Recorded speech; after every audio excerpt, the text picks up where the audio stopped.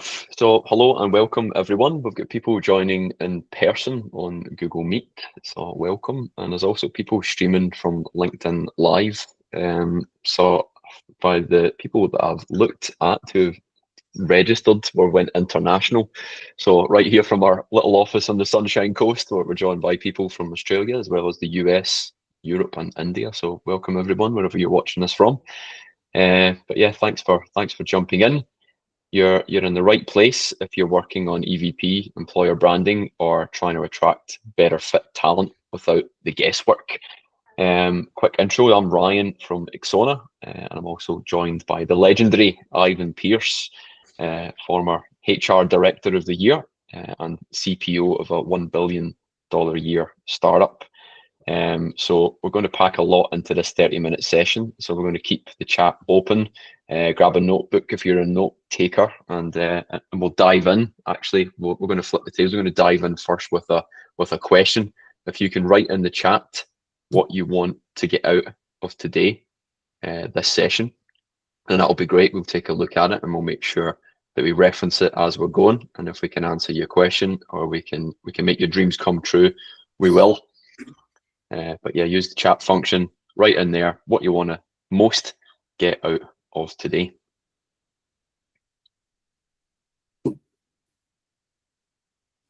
As we're waiting on typing away, we'll keep going. So let's start with the obvious. This talent market a little tough right now, whether you're hiring frontline execs, technical roles, or anything in between. Good people have options. And to be honest with you, most EVPs don't help. You know, they sound great in a boardroom or even on a whiteboard, but they often fall flat in the real world. Having a weak EVP can cause a bit of pain.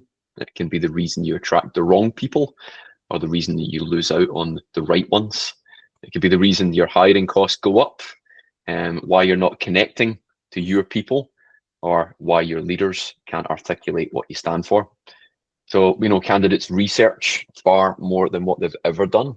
When they're looking into you as an organization, they're checking Seek, they're checking Glassdoor reviews, your socials, your career site, even Reddit. And if what you're promoting doesn't match the lived experience, then you've already lost them. So that's why getting it right and getting it real matters more than ever. So thanks heaps, David, Harrison, and Melanie for adding in some comments there. Yeah, brilliant. We're going to be thick and fast with ideas. We'll be giving you knowledge. I'm not sure we'd give ourselves the, yeah, we will give ourselves the expert tag, David. Thank you. And yeah, we're going to share a little bit about what we've seen as well, what's worked really well and what can help you stand out from the crowd. So I think we'll hit all of those points. So thank you for adding into the chat. Before we dive into the meat of today's session, I think I've already given a quick hello, but just the extension of that. I'm Ryan. I run Exsona, a consultancy that works with HR teams and leaders to deliver practical, no BS strategies around EVP and around culture and people experience. My background is both in marketing and HR, where I've spent the last 15 to 20 years. I'm joined by the brilliant Ivan Pierce, as I mentioned. He has been HR Director of the Year and a Chief People Officer at a $1 billion startup. What Ivan has seen is what works well and what doesn't when it comes to EVP, not just in theory, but in fast growth, high stakes environments.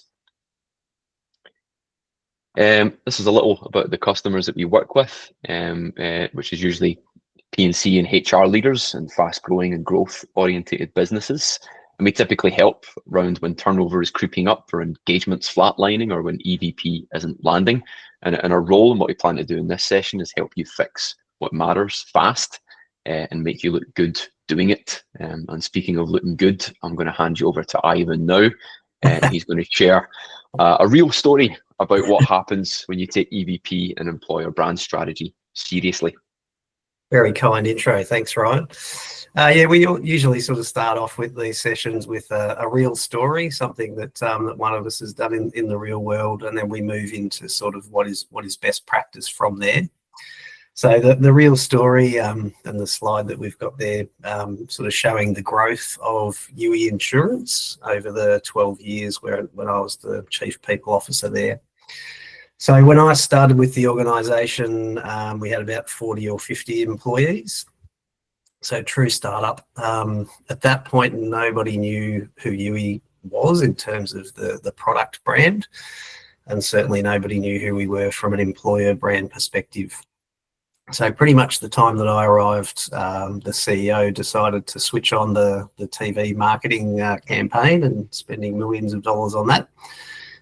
So there was a big appetite for growth. So we knew the phone was going to start ringing, and we didn't quite have enough people to deal with that. So I think the first or second day when I arrived, he said, okay, first challenge is we want to hire somewhere between 30 and 50 people per month. And the business was based on Queensland's Sunshine Coast. Lovely place to live, but there's not a lot of business here. So it's regional Queensland, about an hour and a half north of Brisbane. So pretty big challenge from the beginning. So one of the first things I sort of recognised that we were going to really need to work out what our employee value proposition, or EVP, was. So we needed to develop that so that we could be consistent with how we were describing life at Yui and what were the benefits and in particular the opportunities of working there. So that started with working out who we really were at that stage. And the simplest way to do that, given the team was very small then, was we just asked people who were working there what did they enjoy most about it. And it was small enough that we could do that in, little round circle groups and even one-on-one. But of course, we moved towards surveys and those sorts of things as we got bigger. So I guess what we realised early on was we needed the EVP to be authentic and based on reality, because we were in startup mode. Lots of things weren't quite at the employer of choice level that we attained later. And we realised that if we were over-promising and then under-delivering the experience for new employees, it just led to early turnover. Around the same time, we developed a set of values that helped us to sort of define who we were and who we wanted to be from a people perspective. So initially, our EVP sort of tagline was that we hire character, we train skill, and you could build your career at Yui. So the character piece was all about finding people who were aligned to our values. We were very good at training up the skill for people who were new to the industry. And there was definitely career opportunities because we were growing so fast that anyone who did really well in their initial role and showed some leadership aptitude, we trained them up and bridged them into leadership roles fairly quickly. So once we'd sort of worked out the EVP, then we needed to work out how to sort of tell that story through our employer brand. And as the sort of business's brand grew, we wanted to align with that from an employer perspective. So, we had quite an interesting sort of tone of voice in our TV ads, etc. It was a bit clever, a bit different, a bit cool, a bit of humour. But serious about customer service. So we made sure that the tone of voice in how we wrote everything from an employer perspective was consistent with that. Our visual branding for things like job ads and our careers page, etc., all needed to be upgraded and aligned. So we were fortunate to work with the same marketing creatives that built the customer-facing brand to help us with the employer brand. And we worked with them as well on, a simple social media strategy at the time. And there was a lot of interest from the, local news perspective in us because we were fast growing in the region. So we took advantage of that. In the early days, we even did some guerrilla marketing stuff. So there was a lot of people who were living on the Sunshine Coast and catching a train for an hour and a half down to Brisbane each day. So we kind of took over that train station. We had billboards and posters and stuff everywhere. We even had our recruitment team out there in the mornings asking people, why are you spending 3 hours a day traveling? Come work for us. So, we had to go guerrilla to hit some of those numbers in the early days. And one of the things I think we did well was we used data to measure everything from a recruitment perspective to see what was working and what wasn't. So we'd even do things like split test job ads. So we'd have the same job, but 2 different ads, and then we track which one got more applications, and then we'd use that and refine. But yeah, we were pretty successful in the early days of building up that brand fairly quickly. So over the first year or two, we got to the point where we had about 500 candidates per month that were applying for roles with us, and we'd only hire about sort of 5 to 10% of those. So, you know, we were able to fairly quickly get to a point where we had a big candidate pool and we could just take the cream of the crop. And as you'll see over time, we sort of built up over that period to about 2,500 people, and really in the end sort of had the reputation as being like the Google employer of the Sunshine Coast. We won the Australian HR Award for Best Employer Branding, but most importantly, we aligned with what the business's aspirations were, and we helped the organisation to grow to that sort of $1 billion annual revenue business. So yeah, pretty interesting story. Thanks, Ryan. Not bad, hey. I love that story. Not only is it unique, but I don't think you'll find a better kind of EVP growth related story in the country. It has everything from the research, the design, the strategy design, the marketing ideas, the delivery and how you delivered it, and also most importantly, the results that it helped to get. So hopefully there's a few ideas in there for you, a bit of inspiration. Ivan's going to be on for the remainder of this call, so save up your questions for the end, and we'll get to pick his brain whilst he's here. But there is, you might be asking, what is EVP? True story, I got an email from some of the marketing that we've put out for this event, and someone did just ask that question. He said, what is EVP? So it is a good one. There's a dictionary definition for it, but really it's the answer to the core question: why should someone work at your company? And you already have an EVP. It's either one that you've intentionally crafted or one that's been created by default. Either way, it exists, and it's alive right now on your website and your job ads, on Seek. It's in what people experience in the recruitment and onboarding process, and also what you hear from other employees. When we talk about EVP, we're not just talking about a one-liner. As Ivan said, you might have a one-liner somewhere in your EVP strategy. That higher character trait skill might be your trademark line or sentence. But an EVP is really layered, and this is how we visualize it at Exsona. Overall, it starts with who you are and what you offer, right at the very top. Just like a business value proposition, you've got something that you stand for and something that you offer. Then goes into who you're targeting and what you're saying. So essentially the messages, the things that you're saying and sending to employees or candidates. And then at the bottom, it's all about how you reach these people and what they experience. So the various campaigns, tactics, and touch points that you might use. Now, this is a bit of a canvas. If you start at the top and make sure everything is aligned at the bottom, you'll be reaching the people you need to reach with the right messages that communicate who you are and what you offer, which really is the aim of doing EVP well. But if it's as simple as that, then why did so many EVP projects go wrong? Well, often they're built backwards. Instead of starting with insight, they start off with assumptions. Maybe some shot caller says, we think people stay here because of X, and they've got their own assumption and base their EVP off of that. Or they say that our leaders want to be known for Y, and then create an EVP based on what they want to be known for.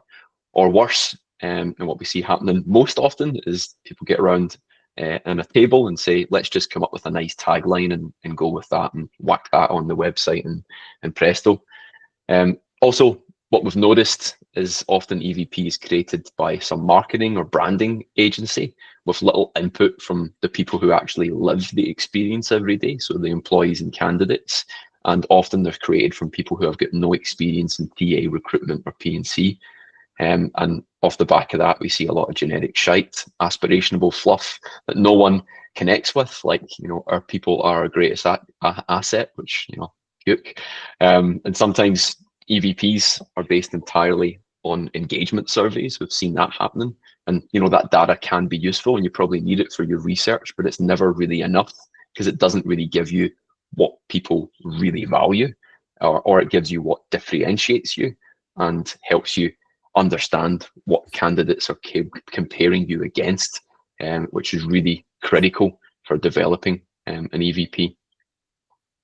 So if we think of EVP in terms of flavors, they come in two flavors. They come in sucky and awesome, simply put. And when they suck, they're really generic, they're untrue, so they're baseless. They're founded on baseless information. They're built around perks that people could get anywhere. Like, we have superannuation and EVP. What they fucking do. These sucky EVPs are usually inconsistent across channels, never really saying the right things in all these places that they show up, and often no one believes in them, including your own people. However, on the flip side, when EVPs are done well, it feels right. They're unique, they're true to your culture, and speak directly to the people that you actually want to attract. So they're speaking to your target personas. They're usually well positioned to your market, so they're not just generic, trying to be everything for everyone, but they're specific to the people you're trying to attract in your market. And what we often forget is that they're emotionally engaging, so they actually spark emotion in people. And of course, they show up consistently, not only across the candidate, but also the employee experience. So there's lots of proof points that people can see throughout the whole journey. Now, if you want to do it well, we can show you how. It really kicks off with research. So your EVP really is only as good as the research that it's built on. And without it, you're just guessing. And when you guess, you risk telling lies or sounding like every other company in your industry, or you attract the wrong people. Now, when you get the research right, everything shifts. You get the 3 C's. You get clarity in what your people value. You get credible messaging, and you also get cut through to help you stand out. So when we run EVP research, we always gather insights from 4 different places. So you want to use your research overall to learn what your strengths are, what's special about you, what your people value most, and what is it that you offer that's unique, and then also how you beat your competitors or how you differentiate from your competitors. Now, all those things help you do that. Once you understand your strengths and what's special about you and what's unique and what your people value, then you can package that up together. But first, we kind of look at things in 4 different ways, and we start off with the internal quantitative data. So that's your engagement survey, that's your retention stats, it's your exit interviews, it's any demographic breakdowns that you have, any psychographic breakdowns that you have, that will give you the full picture of who your people are. Next, you want to collect some of your own data. If you want to do some internal qualitative data and run interviews with some key people, you want to run some workshops with your target persona, so internally your employees, or externally if you can get some candidates or potential candidates, even better. And even run some listening sessions to help you uncover the truth behind some of these numbers. Like, what are the things that stand out? What is the most valuable aspects of your organization? What are the things that people really, really love about you? And what's unique? What won't you find elsewhere? And then what you're going to want to do is figure out what your external reputation is. So you want to look at how the world sees you, essentially. So look where you're showing up on Seek, on Glassdoor reviews, LinkedIn commentary, job boards, Reddit, anything in the external world that will give you an idea of what candidates are consuming about your organization. They're reading it. You want to make sure that you're reading it, so you get a sense of, are they picking up the right things, and are we communicating the right things, or are the right messages getting out there? And then lastly, you want to do some competitor positioning work. So you want to research what your competitors are doing and how they are positioning themselves. So what are they saying? Are you just repeating the same things that they're saying in a similar or a different way? Or do you own something different and outright? Are you standing out as something that's different, a better alternative to your competitors? And when you combine all 4 of these research pieces, then you can usually stop guessing and actually build something that's credible, unique, and useful. And now we've got 30 minutes in total today, not 3 hours. So I'm going to show you maybe how one of these look, and I'll chew off the kind of hardest one because I'm sure you know how to look at your data and how to review stuff. But the competitor positioning one is one that usually takes a bit of know-how, and very quickly, if we are doing research on a brand, we will look at what the competitors are like. So if we were, for example, researching financial services in Australia, and I even gave the UE example before, so we'll use that one. We'd look at how the competitors are rated, what it is that they're actually saying, and do they actually focus on, and how big their reach is. So this gives you an idea of what your competitors are like from an EVP perspective, and how will you compete against them. And we then want to take a look at how their EVPs are positioned. So this is our matrix for doing this. So you can take a screenshot of this if you like. We'll be sending everything out to you afterwards. But this is our matrix. It kind of helps us take a look at EVPs and how, we plot them based on what they offer. So do they offer stability, or do they offer innovation? And usually people are at either side of that scale. And then we'll take a look at what the culture prioritizes. Now, does the culture prioritize belonging and teamwork, or does it prioritize performance and achievement? And those two things often sit at either end of the scale from an EVP perspective. So once we take a look at those EVP themes critically, we're then able to plot them, and it would look something like this. So you get to see how these brands are showing up and where they emphasize their EVP and messaging. And if we are a financial services company in Australia right now, then this would be our opportunity zone. This is the space that no one else is owning, and it's a space that we could own and stand out. So I think Harrison put in the chat before, how can you really stand out in the crowd? Then this is a great start for doing that. Now, if you've done that research piece that we spoke of earlier, if you've gathered that data from your people and you truly know what your unique aspects are, can you position them in such a way that then owns an entire category or space, or at least looks to do something better that your competitors are doing in not an overcrowded area? Thanks, Ryan. So I guess what we've talked most about today, which was the point of the session, is the discovery phase of this type of a project. But we're also sharing with you here where to next. So if we're running an EVP, an employer branding project, we have our own methodology that we follow called the 5D methodology. So there's 5 phases. So we start with discover, then develop, then design, deliver, and then finally data. So the focus, as I said today, has been discover. So that's the understanding where are you at. So what's happening in the external market that you're a part of, those internal reviews through workshops and surveys to uncover, what your people sort of value most and who you are. Then what we would do next is to move into the develop phase. So this is the part where you're sort of brainstorming and drafting up your unique strategy. So in that phase, we'd look at, what are your key EVP themes that reflect who you are. You'd be looking at who it is that you're actually trying to attract and defining that group or groups. And then you're sort of drafting up your sort of brand story. From there, we move into the design phase, which is about, turning the strategy into something real. And often in that phase, you might need some support from a, graphic designer or videographers or some of those sorts of people. But in that phase, you are designing your employer brand. You're getting clear on what's your tone of voice so that you can use that consistently. You're working on practical things like job ad templates. You'll be working on your career website content, everything that you need to do across the social media platforms, and building out branded assets. So from there, you know who you are, you know your strategy, and you've got all your gear and you're ready to go. So then we move into the delivery phase. So that's, launch and embed.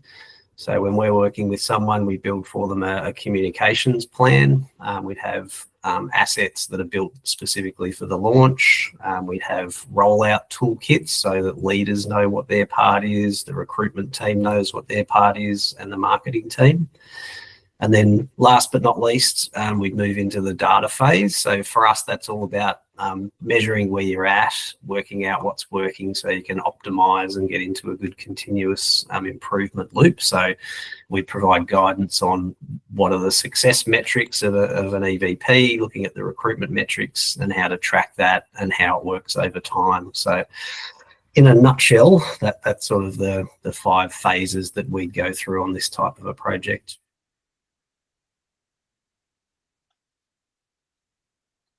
Awesome. Thanks, Ivan. Well, now's the time to take action. So I mentioned in this call that we've got a free EVP benchmark session, or rather on the promos for this call. This is a 30-minute consult where we walk you through your existing EVP challenges and opportunities and then map out a plan together. So this is an opportunity for you to book a time slot using the QR code on screen. And then what we will do is create your very own employer brand benchmark report. So that's a 10-page research report that's customized to your company. And it would include a snapshot of how your EVP is currently performing across job boards, reviews, and online content. We'll do a comparison to your competitors in your space, similar to what I just showed before, that table there. We'd do that research for you, and then we'd give you 5 sharp recommendations to help you improve your existing EVP and its positioning. So this is only available for attendees to this session. So I'll pause right now and give you a chance to book in. I'll just leave it there just now, and then we'll jump into some questions shortly afterwards. So yep, if I can post a link in the chat as well if you're struggling with that. I can see a couple of people have booked already. Thank you. Awesome. All right, I'll give you another couple of seconds. Thanks for moving quickly. If you're still thinking about it, now's the best time. These sessions are limited to just people on the call.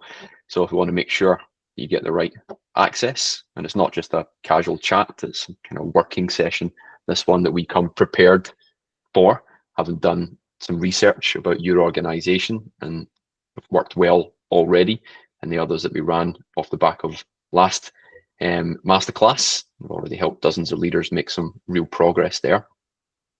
But maybe now what we'll do is jump into some questions. So we've got a few minutes left.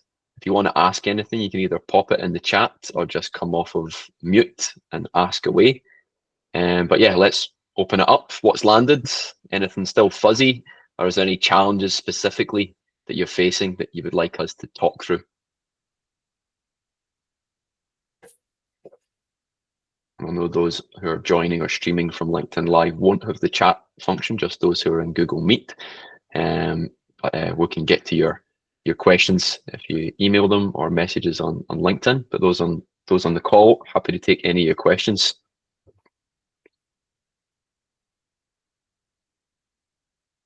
We've covered it all so beautifully. There are no questions. We must have. Yes. Yeah, that must have been the way. Or maybe they're just so technical that people don't think we can answer them quickly enough. Or maybe they've not understood the friggin' word I've said throughout this, which is fine. Maybe the closed captions will help in the replay. But thanks. We've had a few people book in for this free call. Again, I'll send the link off to you if you'd like to book in separately. But this is one where we do some of the research before we jump on the call with you, and we give you a really nice looking report that's specific to your organization. So it's not something we do all the time, just every so often. But yeah, if you get any questions about any challenges that you've got, particularly, we'll hang on for another couple of minutes. Otherwise, we'll see you later. Thanks for joining. Hey Ryan, just a quick one from me. Obviously we caught up a few weeks back with that. Like, we covered a bit of what I think you would go through in this session. Should I book in again, or what do you reckon? Yeah, definitely, mate. We can move on to something else. There might be something there. Yeah, for sure. Yeah, we can do more research for you if you like. I think we might have done that brand report for you already. You did, but yeah. Yeah, there might be some other things that we've got, some resources that we can share that are just as valuable. Where are you up to since we last caught up? There's been a bit that's changed since last time. My role was meant to go into a bit more of an EB focus, but that's kind of changed a bit. So it looks like that's not going to happen. So we haven't moved too far from when we caught up last time. Okay, no problem. But Yeah. yeah, Harrison, book in. We'll definitely be able to give you something, and I'm sure we'll get some resources that will help as well. But yeah, would love to catch up again. Beautiful. We got a question from Deborah. So she says, we're a large business with 17 brands. What would be the best way to go about developing an EVP for every brand or for the group? Great question. We've had a few projects that are similar to this, and it kind of, you know, it would depend on what maybe your public brand and how you recruit for, or who you recruit for. If each of those brands are very different and you're aiming to attract very different types of people to each of those brands, then you would probably need some unique characteristics for each of those brands. It doesn't necessarily mean you have to have a different EVP for each of them, but you would definitely want your messaging to reflect who you were trying to attract or who you're promoting for. Now, some interesting things that we do with personas that we can do from a brand perspective that could be really helpful for you. So if you do want to jump in to a chat, if you want to book a chat with us, we can come prepared with that challenge in mind. Because 17 brands is a lot. You'd be doing a lot of work if you're creating unique EVPs for all 17 of them. I'm sure there's something at a group level that would define the characteristic of the organization at that level that you can lean from, and then maybe have kind of softer sub brands with unique strategies for each of them. But it'd be great to learn a little bit more about that. And it'd be an awesome challenge. So yeah, we've worked with brands where they might have a slightly different EVP or a slightly different branding focus for different locations, because people, to Ivan's earlier point, who are based regionally or in different cities or looking for different roles would be looking for slightly different things. But yeah, that's a great question, great challenge. Would love to chat more. Awesome. Well, if there aren't any more questions, we will wrap up, and we'll send you the slides or the recording from today, and a nice message afterwards saying thank you. But yeah, here we are right now. Thank you. Cheers for coming. Thanks, everyone. See you guys. Thanks a lot. See you later. Catch you later. Cheers, Harrison. See ya. Thanks, Deborah.